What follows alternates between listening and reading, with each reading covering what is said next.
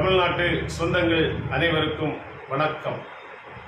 இருக்கின்ற சட்டமன்ற தேர்தல் என்பது தமிழ்நாட்டுக்கும் டெல்லிக்குமான ஒரு தேர்தல் என்று தமிழகத்தின் முதலமைச்சரும் திராவிட முன்னேற்றக் கழகத்தின் தலைவருமான மு.க. ஸ்டாலின் அவர்கள் தெரிவித்துள்ளார்கள்.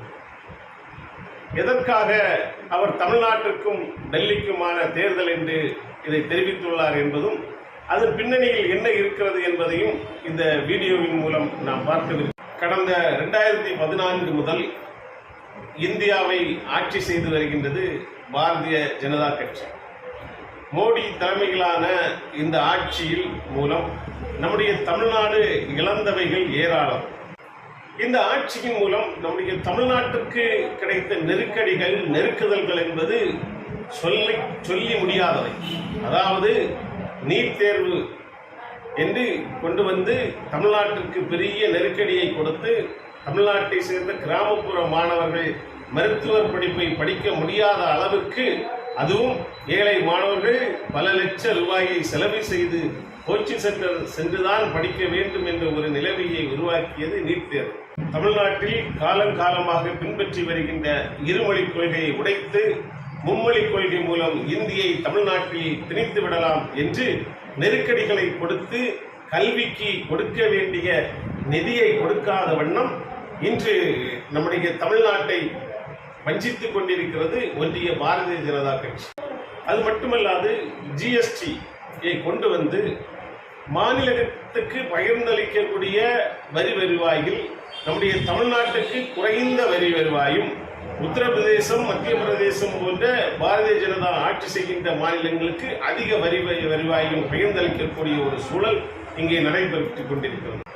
சரி, பாஜக நம்மை வஞ்சித்துக் கொண்டிருக்கிறது என்பதற்கும் டெல்லிக்கும் தமிழ்நாட்டிற்கும் இடையிலான தேர்தல் போட்டி என்பது என்ன என்று தானே யோசிக்கிறீர்கள். அதாவது டெல்லிக்கும் தமிழ்நாட்டிற்கும் தேர்தல் என்பது, இந்த தேர்தலில் நம்முடைய எதிரணியாக இருக்கக்கூடிய அண்ணா திராவிட முன்னேற்ற கழகம், தமிழ்நாட்டை பொறுத்தவரையில் அண்ணா திராவிட முன்னேற்ற கழகம் தலைமையேற்றாலும், ஆனால் உண்மையில் அந்த கூட்டணியை நடத்துகின்ற, அந்த கூட்டணியை ஏற்பாடு செய்கின்ற இந்த தேர்தல், இந்த 2026 சட்டமன்ற தேர்தலையை, ஒட்டுமொத்த தேர்தலை எவ்வாறு திட்டமிட வேண்டும், எவ்வாறு நடத்த வேண்டும், எவ்வாறு இங்கே நம்முடைய நிலையை நிலைநிறுத்திக் கொள்ள வேண்டும் என்று திட்டமிட்டுக் கொண்டிருப்பது பாஜக. இந்த தேர்தல் வெறும் அதிமுகவுக்கும் திமுகவுக்குமான தேர்தல் என்பது இல்லை என்பதை இந்த கூட்டணியை அவர்கள் அமைத்த விதத்தில் இருந்தே நாம் தெரிந்து கொள்ளலாம். அதாவது அண்ணா திராவிட முன்னேற்ற கழகம் கடந்த நாடாளுமன்ற தேர்தலில் பாரதிய ஜனதாவுடன் கூட்டணி இல்லை.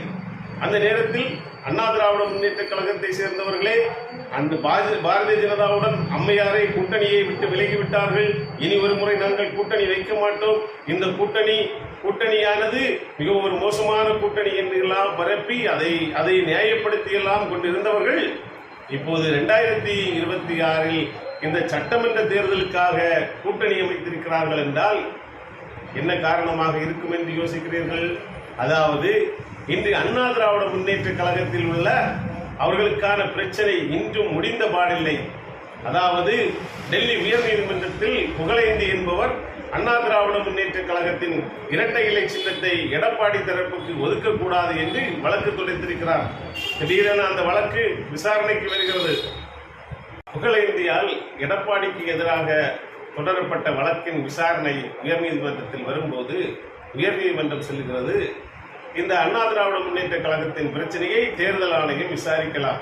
அதாவது அண்ணா திராவிட முன்னேற்ற கழகத்தில் பல நீதிமன்ற வழக்குகள் பெறப்பட்டு பல முறை தேர்தல் ஆணையம் விசாரித்து இரட்டை இலை சின்னம் எடப்பாடிக்கு என்று ஒதுக்கிய பின்னரும் இந்த புகழேந்தியால் கொடுக்கப்பட்ட வழக்கு விசாரணைக்கு வரும்போது தேர்தல் ஆணையம் இதை விசாரிக்கலாம் என்று இடைக்கால தீர்ப்பின் மூலம் மீண்டும் தேர்தல் ஆணையத்தின் கையில் இரட்டை இலை சின்னம் யாருக்கு என்ற நிலை ஏற்பட்டுள்ளது. நம்முடைய இந்தியாவை பொறுத்தவரையில் தேர்தல் ஆணையம் யாருடைய கைப்பாவையாக செயல்படுகிறது என்பது அனைவருக்கும் தெரிந்த விஷயம். எப்போது தேர்தல் ஆணையத்தின் கையில் இரட்டை இலை சின்னம் யாருக்கு என்ற நிலைமை சென்றதோ அன்றே அண்ணா திராவிட முன்னேற்ற கழகத்தின் பொதுச் செயலாளராக இருக்கின்ற எடப்பாடி பழனிசாமி பாரதிய ஜனதாவின் காலில் விழுந்து விட்டார்.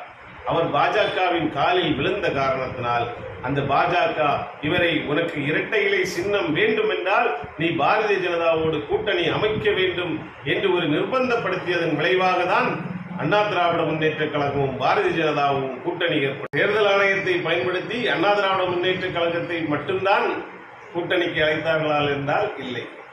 பாட்டாளி மக்கள் கட்சியில் அப்பனுக்கும் மகனுக்கும் சண்டை.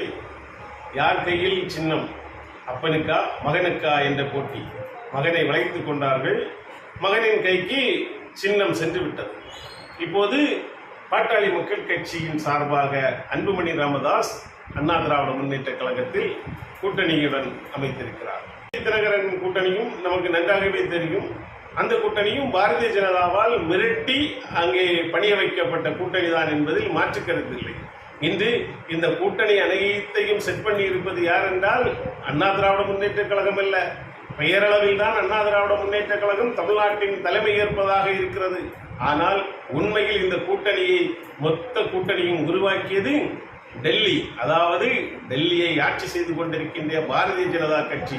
அதனால்தான் நம்முடைய முதலமைச்சர் சொன்னார், இன்று நடைபெறவிருக்கின்ற சட்டசபை தேர்தல் என்பது தமிழ்நாட்டிற்கும் டெல்லிக்குமான தேர்தல் என்று, அதாவது தமிழ்நாட்டுக்கும் என்டிஏவுக்குமான தேர்தல் என்று. ஏன் திராவிட முன்னேற்ற கழகத்துக்கும் டெல்லிக்கும் என்று சொல்லவில்லை? ஏன் திராவிட முன்னேற்ற கழகத்துக்கும் என்டிஏவுக்கும் என்று சொல்லவில்லை என்றுதானே நாம் நினைக்கிறோம். உண்மையில் டெல்லி என்பது பாரதிய ஜனதா கட்சி ஆட்சி செய்கின்ற டெல்லி என்பது தமிழ்நாட்டு மக்களுக்கு ஒட்டுமொத்தமாக விரோதமான கட்சி.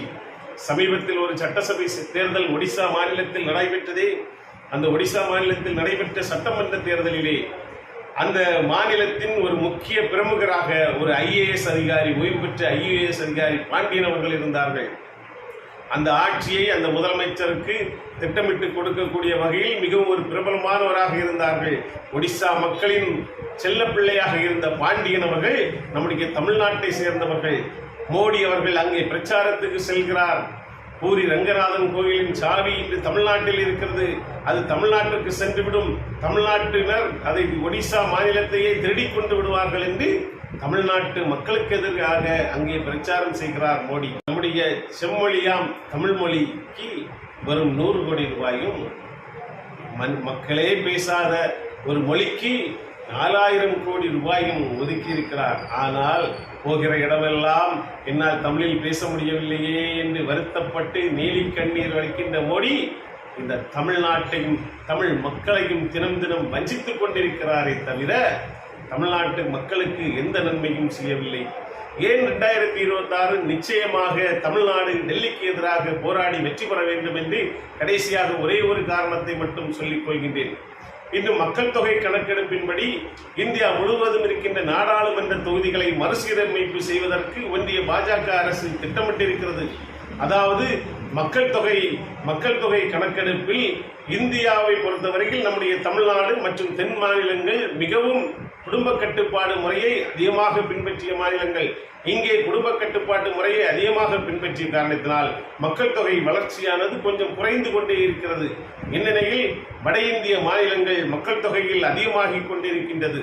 இதை காரணமாக வைத்து நம்முடைய நாடாளுமன்ற தொகுதிகளை இங்கே குறைத்து நாம் இப்போது இருக்கிற சதவீதத்திலிருந்து இன்னும் குறைவாக்கிக் கொள்ளலாம் என்று ஒன்றிய பாஜக அரசு திட்டமிடுகிறது. நம்முடைய பிரதிநிதித்துவத்தை குறைக்க பார்க்கிற ஒன்றிய பாஜக அரசுக்கு எதிராக நாம் வலுவான போராட்டங்களை நடத்த வேண்டும் என்றால் மீண்டும் தமிழ்நாட்டில் திராவிட முன்னேற்ற கழகத்திலான ஆட்சி அமைய வேண்டும். தமிழ்நாடு வெல்ல வேண்டும். ஒன்றுபடுவோம், தமிழ்நாடு வெல்வோம்.